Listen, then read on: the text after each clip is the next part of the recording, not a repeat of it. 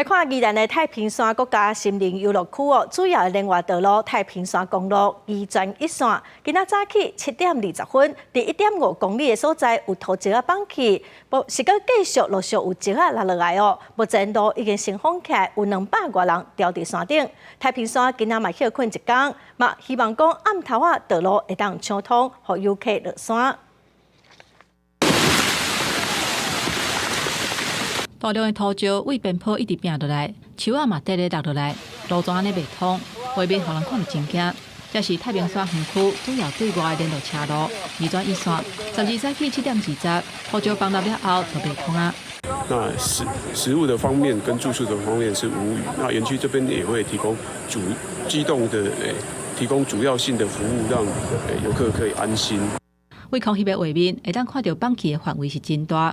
太平山园区初步估计，车路袂通的长度有50公尺。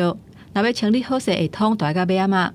目前山顶也有170个游客，甲58个员工暂时无法度落山，用园区安置。园区希望伫要安怎进前会当顺利通车，互游客落山。有震惊，因为想说搭完蹦蹦车，然后就先下山了。宜兰连续几日当落大雨，山区更加是入无休困，必须土石松软，互认为是这个车路放弃主要的原因。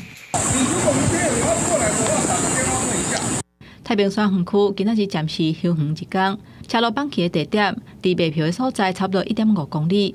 警方伫导望桥就开始指挥交通，要求要去山顶的民众都要洗翻头。即马进入望景雨季节，山顶的土石含水量大，会较松软，提醒民众尽量莫去山区，保障家己安全。记者综合报道。